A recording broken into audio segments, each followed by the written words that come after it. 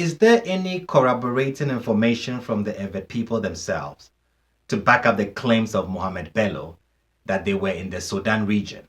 In other words, has the known Ewe people got any history stating that they were ever anywhere in the interiors of West Africa and beyond?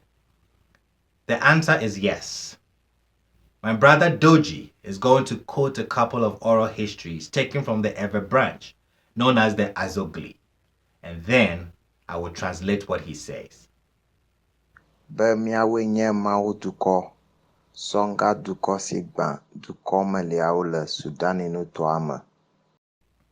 We are the children of God, Yahweh, the warriors of the Songhai in the Sudan that defeated the Mali Empire.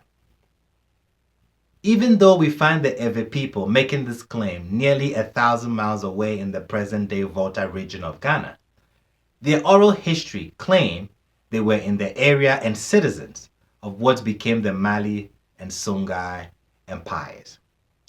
Let's have Doji help us with the second oral tradition from the same Azogli Ewe branch. Míenɔ kɔ̃wo tɔsisi la to le Abyssinia. We sojourned along the banks of the Kong River in Abyssinia. Pay attention to the Kong River. European explorers of the time also mentioned the Kong. They even had the area clearly laid out on their maps, which shows the Kong mountain range. The settlement along the mysterious Kong River does confirm the location of the Ewe people.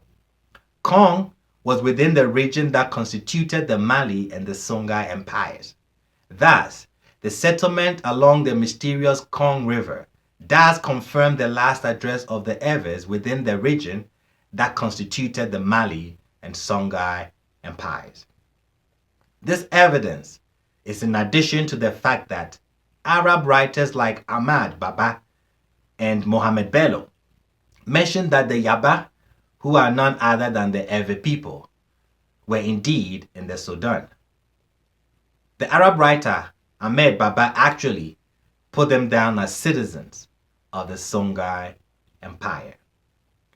Furthermore, the two oral traditions corroborate the claim made by Mohammed Bello that the Yaba, aka Eveo, apart from being in the Songhai, had created and left settlements all over the Sudan. Sudan in this case meant the interior of West Africa, all the way to East Africa. In effect, Bello was saying many of the people spread across West Africa were Yaba, aka the Eveo. However, other European explorers realized no such mountain range existed. But it appeared in all of the early maps of Europeans drawn to represent the West African region. How could they have made this all up? One might ask.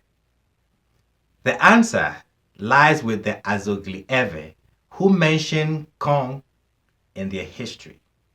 Let's pay close attention to the horror history again. Míenɔ kɔ̃wo tɔsisi la to le Abyssinia. We sojourned along the banks of the Kong River in Abyssinia. Kong is referenced as a river, not a mountain. You see, in the Ewe language, To in Toshishi can easily be mistaken for mountain by a non-Ewe person. This is because To has dual meaning. In one sense, it means mountain, and in the other, it means river. It all depends on what precedes and follows the word To. By adding shishi to To, it changes the meaning to river. Leaving To without a qualifying word means a mountain.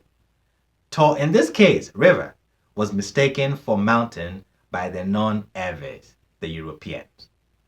This shows clearly the European confusion in referring to Kong as a mountain range came about because they were getting their information from the people who have this double meaning of To in their language. It is also worth remembering it is the same people who mentioned the Kong in their oral history. These were the Ewe people. Therefore, by simple deduction, we can say because the Europeans heard the word To, from the Ewe people. They mistakenly assumed the Kongto meant a mountain range, when in fact it was Kong River. The explanation makes even more sense when you discover the Europeans that met the Ewes were looking for the source of the Niger River. By the sheer good fortune of the European explorers misrepresenting a river for a mountain, we know they got the information from the Ewes somewhere in the interior of West Africa.